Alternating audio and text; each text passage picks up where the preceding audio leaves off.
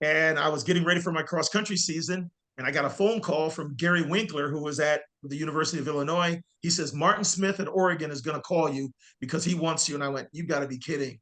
Pac-10? And I went up there. My wife sat, we talked about it, and we moved to Oregon.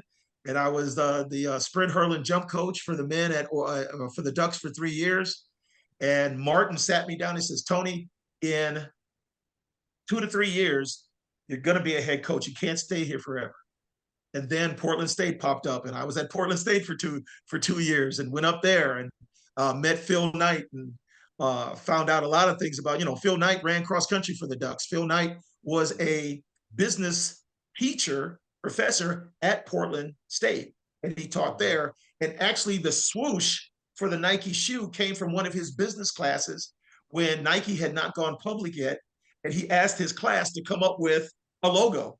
And this woman came up with something very elegant, very, very simple. She got an A in the class. He paid her $35. And then after Nike went, I don't know if the lady's still alive, but she was getting a penny for every Nike shoe sold after the fact. Book Shoe Dog. Yes, and yeah, I've got it on my. We've talked to some of my video about failure and having to grind, and I've talked to AJ, and I always say people look at the finished product. Phil Knight, if you read his book, he talks about so many times where like Nike wasn't gonna make it, and he had to push through, and now it's a juggernaut. You're like, this guy's got it made. But it's like the grind is what gets you there. And Phil Knight is the epitome of the iceberg. Mm-hmm. What you see above water is the multi-billion-dollar juggernaut, and what you see under, just like you said, Chris, the failures, the shoes that didn't make it. Bill Bowerman actually making all those shoes on his waffle iron. He started a waffle racer.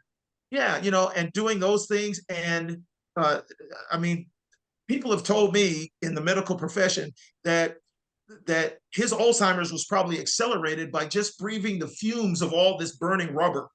That he just sat in a garage and just ruining all of his wife's waffle irons while he's doing this. But I can just imagine how his life might have been different, but that was his goal. And